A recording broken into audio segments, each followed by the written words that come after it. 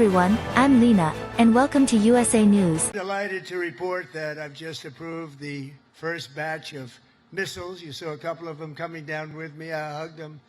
We need them. They're the best in the world. Nobody has them like we have them. They all want our missiles. That's the problem. Everybody wants them.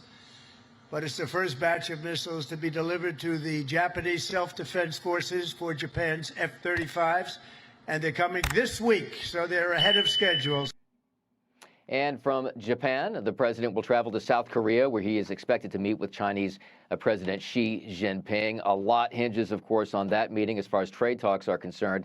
The president also says he is open to sitting down with North Korean leader Kim Jong-un. There's no guarantee that's going to happen, but what a thing that would be. Todd and Carly. Doug Lozado live for us this morning on the right-hand side of your screen, while on the left-hand side of your screen, Marine One either has landed or is about to land. Dark. It's a little bit tough to see because, again, it is night over there. Let's bring in Gatestone Institute senior fellow Gordon Chang.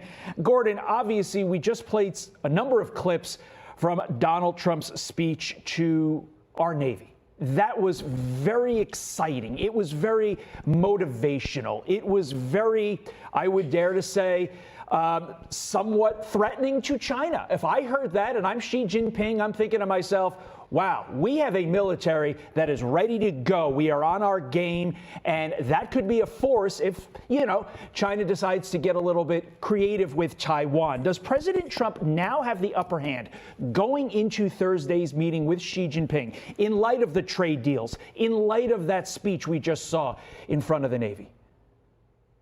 The United States has much more leverage over China than China has over us.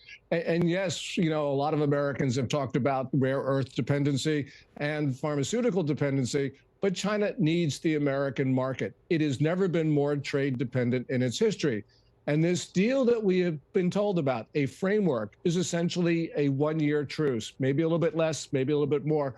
But the point is, we are using that time much better than China. Matter of fact, China is doubling down on industrial policy that makes it more dependent on exports, which means more dependent on the U.S. So this is going to be a very good year for America.